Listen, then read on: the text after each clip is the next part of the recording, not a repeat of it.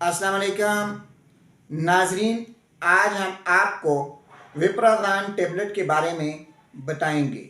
आपको मेरे हाथ में मेक्टर कंपनी की वेप्राज़ोन टेबलेट जो हैं ये नज़र आ रही होंगी। नाजरीन, वेप्राज़ोन टेबलेट में वोनोप्राज़ान पड़ा हुआ है। वोनोप्राज़ान क्या है, इसका क्या फ़ायदा है?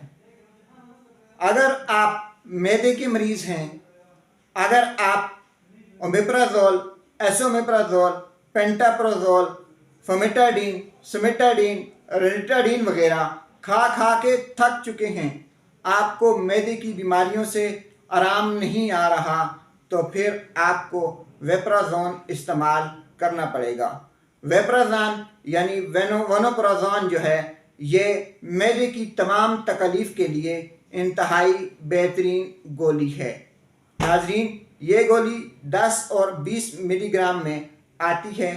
अगर आपको मैदे का कोई भी मसला है और आप मुख्तलिफ़ किस्म की दवाइयाँ खा खा के थक चुके हैं, उन दवाइयों से आपको मैदे के मसाइल ख़त्म नहीं हो रहे, डॉक्टर आपको तरह तरह की दवाएं दे चुके हैं, मगर आपके मैदे में जलन हो रही है, आपके मैदे का ज़ख़म ठीक नहीं हो रहा, आपके मैदे में गैस होती है, बदहाज़मी होती है, मुख्तलिफ़ किस्म के दर्द उठते हैं, आपके सर पे बोझ रहता है, आपके सीने में जलन होती है, आपके सीने पे बोझ पड़ा रहता है, और वह यह सब अगर मैदे की वजह से हो रहा है, तो फिर आपको वेप्राज़ोन टेबलेट इस्तेमाल करनी होगी, क्योंकि वेप्राज़ोन टेबलेट इन तमाम बीमारियों का वाहिद इलाज है।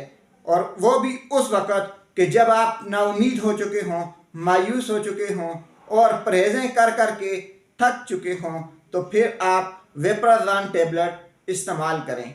वेप्राज़ोन टेबलेट जो हैं ये कम से कम 7 दिन तक और ज़्यादा से ज़्यादा 3 माह तक इस्तेमाल की जा सकती हैं। इसको खाने का तरीक़ाकार ये है कि एक टेबलेट सुबह, एक टेबलेट शाम, खाने से 10 मिनट पहले ले लें, 10 मिनट के बाद खाना खाएं, और अपनी खुराक के दौरान, अपनी खुराक के दरमियान में अगर आप लेते हैं तो फिर भी आप ले सकते हैं, लेकिन खाने के बाद इसे इस्तेमाल ना करें। याद रखें, मैदे के मरीज़ों को तुरश अशिया, खट्टी अशिया, मिर्च, मसाला, आलू, चावल, मोटा गोश्त, इन चीज़ों से परहेज़ करनी चाहिए, ताकि आप जल्द अज जल्द मैदे की बीमारियों से छुटकारा पा सकें।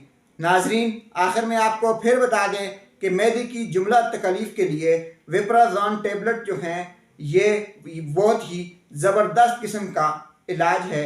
शुक्रिया।